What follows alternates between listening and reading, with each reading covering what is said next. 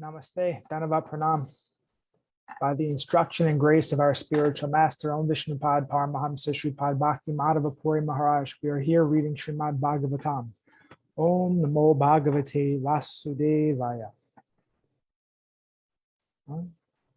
Canto 2, the Cosmic Manifestation, Chapter 3, Text 22.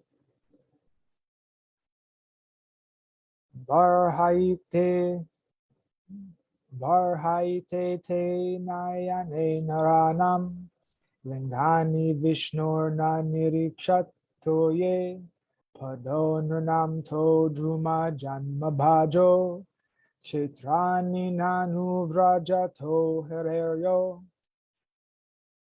The eyes which do not look at the symbolic representations of the personality of Godhead, Vishnu, his forms, name, quality, etc., are like those printed on the plumes of the peacock, and the legs which do not move to the holy places where the Lord is remembered are considered to be like tree trunks. Purport. Especially for the householder devotees, the path of deity worship is strongly recommended.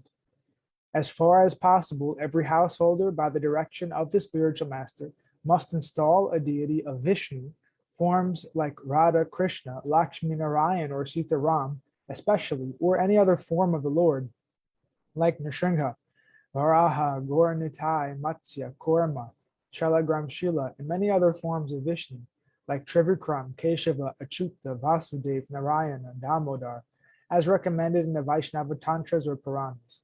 And one's family should worship strictly, following the directions and regulations of Archana Vidhi. Any member of the family who is above 12 years of age should be initiated by a bona fide spiritual master.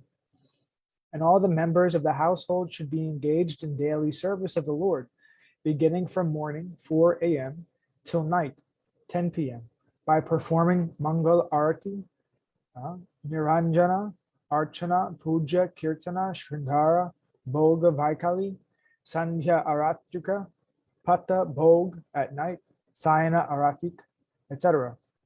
Engagement in such worship of the deity, under the direction of a bona fide spiritual master, will greatly help the householders to purify their existence and make rapid progress in spiritual knowledge.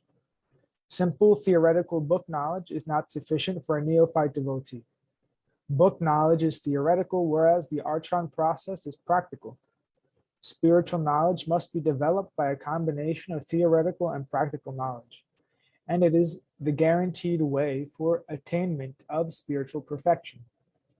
The training of devotional service for a neophyte devotee completely depends on the expert spiritual master who knows how to lead his disciple to make gradual progress towards the path back home, back to Godhead. One should not become a pseudo-spiritual master as a master of business to meet one's family expenditures. One must be an expert spiritual master to deliver the disciple from the clutches of impending death. Srila Vishwanath Chakravarti Thakur has defined the bona fide qualities of a spiritual master, and one of the verses in that description reads, Shri Vigraharadhana Nityanana Shringara Tanmandira Marjanado Yuktasya Bhaktamschani Yunjatopi Vande Guru Shri Charanaravindam. Shri Vigrahara Dana Nityanana Shringaratan Mandira Majanado Yuktasya Bhaktam Shani Yunjatopi Vande Guru Shri Charanaravindam. Shri Vigraha is the archa, or suitable worship, the suitable worshipable form of the Lord, and the disciple should be engaged in worshiping the deity regularly by Sringara, by proper decoration and dressing, as also by mandir marjan, the matter of cleansing the temple. The spiritual master teaches the neophyte devotee all these kindly and personally to help him gradually in the realization of the transcendental name, quality, form, etc. of the Lord.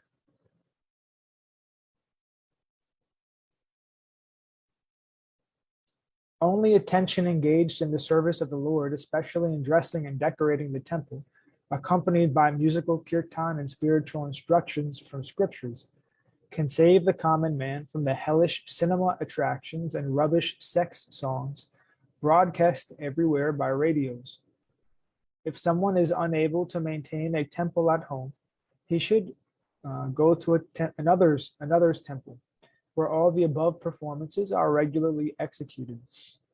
Visiting the temple of a devotee and looking at the profusely decorated forms of the Lord, well dressed in a well decorated sanctified temple, naturally infuse the mundane mind with spiritual inspiration.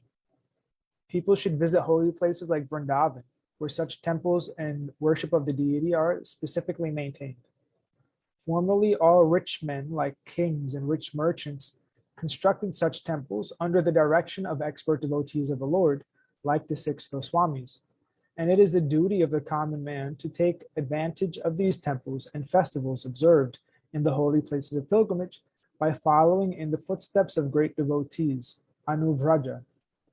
One should not visit all these sanctified pilgrimage places and temples with sightseeing in mind, but one must go to such temples and sanctified places immortalized by the transcendental pastimes of the Lord and be guided by proper men who know the science.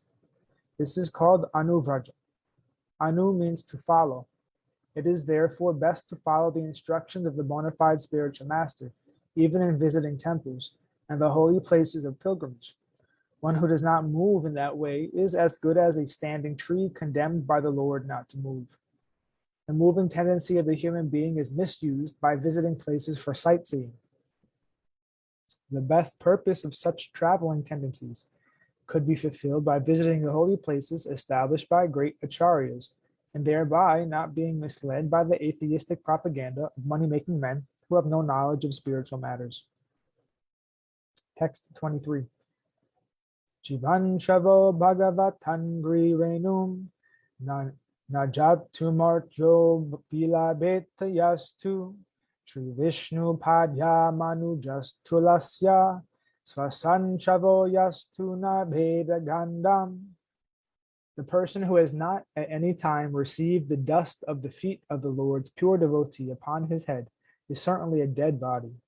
And the person who has never experienced the aroma of the tulsi leaves from the lotus feet of the Lord is also a dead body, although breathing.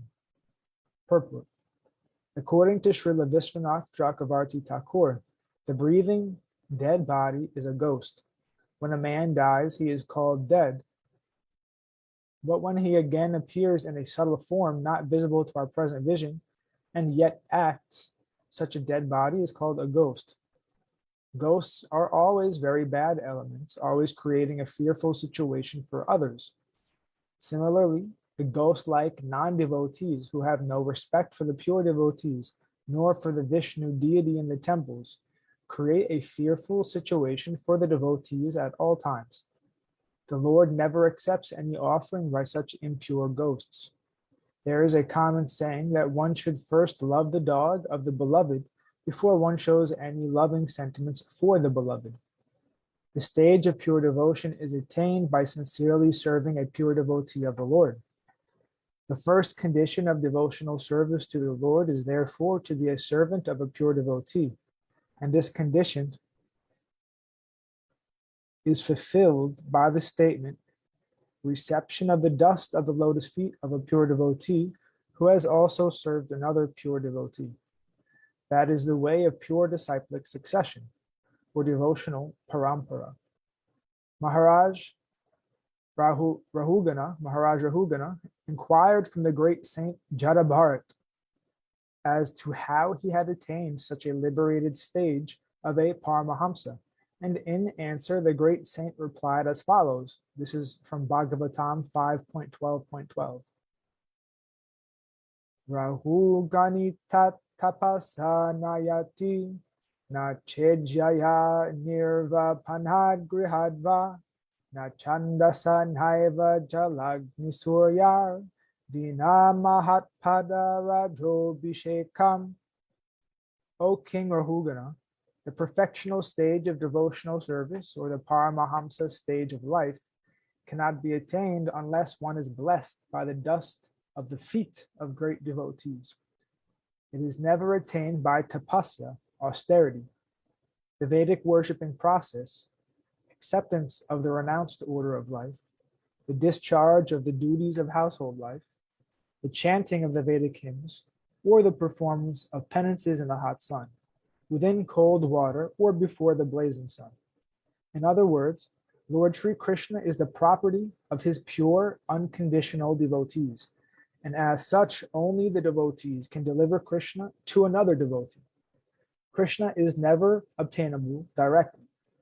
Lord Chaitanya therefore designated himself as Gopi Bhartu Parakamalayor Dasadas Gopi Bhartu Parakamalayor Dasadasanudas, or the most obedient servant of the servants of the Lord, who maintains the Gopi damsels at Vrindavan.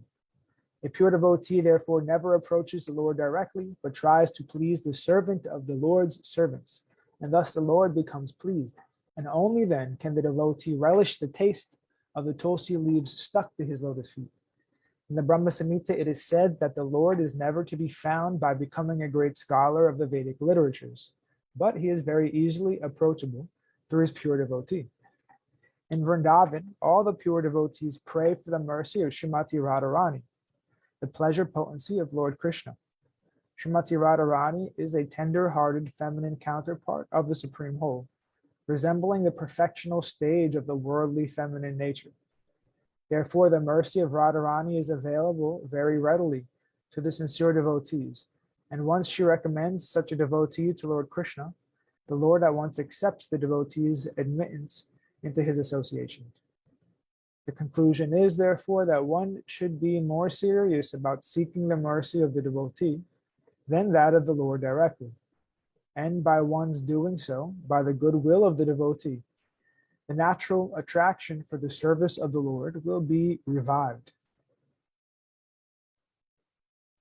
Thus ends our reading for today. We'll continue from text 24 on Friday, hopefully. All glories to Om Vishnupad Paramahamsa Shripad Bhakti Madhava Puri Maharaj Ki Jai. Jai Srila Prabhupada, Srila Guru Maharaj, Srila Guru Dev, Srila Acharya Dev, Srila Shanta Maharaj Ki Jai. All glories to our Rupanuga Guru Varga Ki Jai. Jai Navadvip Dham Ki Jai. Jai Mayapur Dham Ki Jai. Jai Nrishangapali Dham Ki Jai. Jai Jagannath Puri Dham Ki Jai. Baladev Subhadra Jagannath Ju Ki Jai. Vrindavan Dham Ki Jai, Giri Govardhan Gupta Govardhan Dham Ki Jai, Sham Kund Radha Kund Ki Jai, Tulsi Devi, Bhakti Devi, Vrinda Devi Ki Jai, Nitai Gaura Pramanandi, Hari Hari Hari Bol. All glories to the worldwide devotees, all glories to the assembled devotees, Bhakti Vrinda Ki Jai. Hare Krishna. Dhanavad Pranam.